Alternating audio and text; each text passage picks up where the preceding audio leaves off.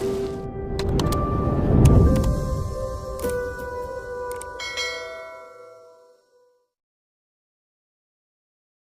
saya minta Pak Teguh menjelaskan kebutuhan CPNS kita. Mengapa cari guru 1 juta kok sulit? Padahal permintaan daerah begitu besar guru. Sekarang baru 600-an ribu. Nanti ada tenaga guru, penyuluh KB, belum lagi bidan, perawat, dokter. Untuk cari 1,3 juta rekrutmen baru ini kok ya sulit sekali, padahal itu dibutuhkan. Saya persilakan Pak Teguh untuk menjelaskan, kemudian solusinya apa, masih ada waktu, supaya teman-teman kepala daerah di Sulut ini bisa memenuhi.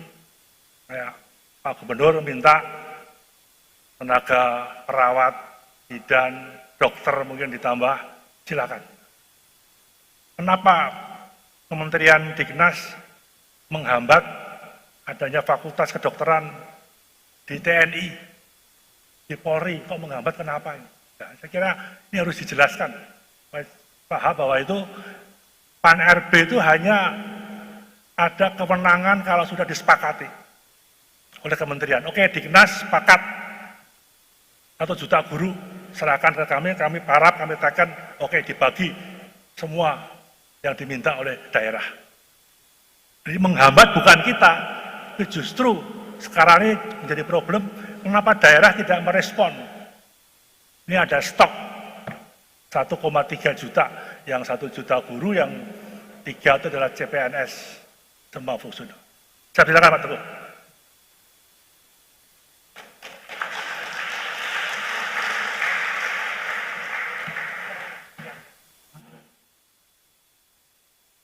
Yang saya hormati Bapak Menteri PAN-RB, Pak Gubernur, Pak Wakil Gubernur, Forum Pimpinan Daerah, Pak Sekda, dan Bapak Ibu Bupati dan Wali Kota seluruh Sulawesi Utara.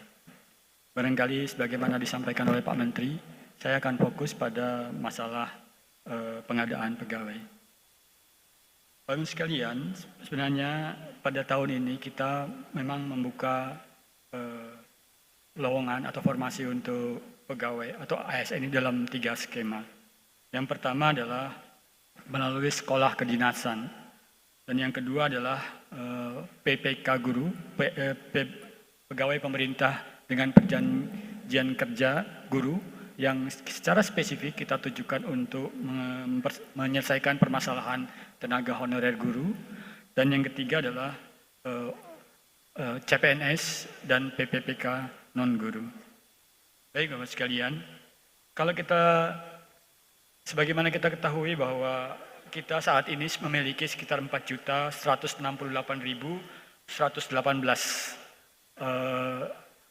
ASN ya, di seluruh Indonesia, menyebar di semua instansi pemerintah termasuk pemerintah provinsi dan kabupaten kota. Dan kalau kita teliti lagi lebih dalam, ternyata sebagian besar diantaranya kalau di luar guru itu adalah tenaga administratif. Nah kalau kita lihat lagi dari sisi kualitasnya, artinya kalau semua pemerintah itu banyak diisi oleh tenaga administratif, tentunya ini membuat kita susah bergerak. Ya. Nah oleh karena itu Presiden Jokowi sesuai dengan janjinya ingin meningkatkan kapasitas organisasi, kapasitas birokrasi menjadi lebih berkualitas lagi dalam menghadapi era di mana kita menghadapi persaingan global di 5 atau 10 tahun ke depan yang diwarnai dengan banyak sekali perubahan-perubahan yang harus kita hadapi. Bapak sekalian, kalau kita lihat dari sisi kebutuhan ASN tahun 2021, ada sekitar 546 instansi yang sudah mengusulkan dokumen dengan lengkap.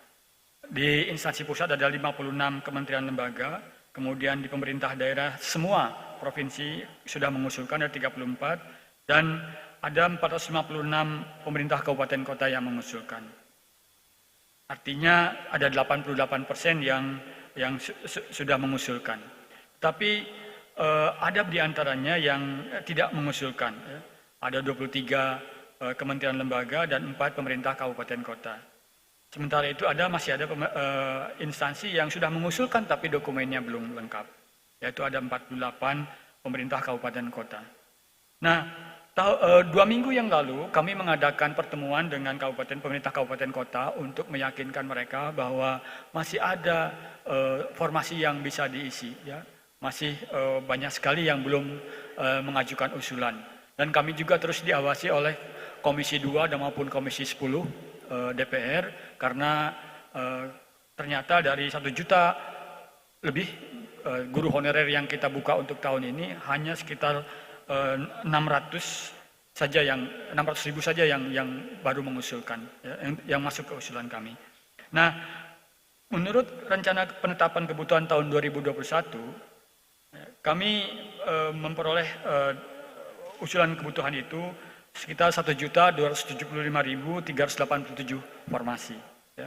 Kalau kita pecah, ada 83.669 di pusat, dan ada daerah tuh 1.191.718 lowongan. Ya. Kalau kita pecah lagi yang daerah ini, untuk guru P3K ini ada 1.002.616. Kemudian untuk P3K non guru ada 70 ribuan. Dan untuk CPNS ada sekitar 119.094. Dan ini semua harus kita bagi, kita pecah ke semua pemerintah daerah. Nah, dari sisi rencana yang masuk ke kita, kalau di pemerintah pusat ini ada 69.684 yang masuk. Kemudian untuk daerah dari 1.191 ada sekitar 650 yang masuk. Ya. Dan kita pecah lagi, guru P3K-nya sekitar 547.000 yang masuk. Dan ini kalau kita pecah lagi, dari 600.000 ini, 61.129 itu ada dari 56 KL, dan 855.000 itu untuk 8 sekolah kedinasan. Nanti kita coba lihat 8 sekolah kedinasan apa saja yang dibuka. Nah, untuk guru non P3K, guru P3K kita menerima sekitar usulan dari 34 provinsi dengan jumlah 139.443. Dan untuk kabupaten kota ada sekitar 513.360 usulan.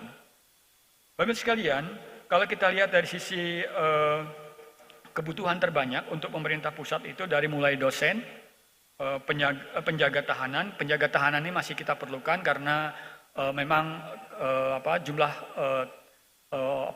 tahanan kita cukup banyak, dan dari tahun ke tahun kita memang membutuhkan banyak sekali jumlah penjaga tahanan. Ini kalau penjaga tahanan itu bisa diambil dari lulusan SLTA, ya. Kemudian penyuluh KB, analis perkara. Penyuluh KB ini juga kami gunakan untuk membuka kemungkinan masuknya P3K dari tenaga honorer. Kemudian analis perkara peradilan dan sebagainya. Ya.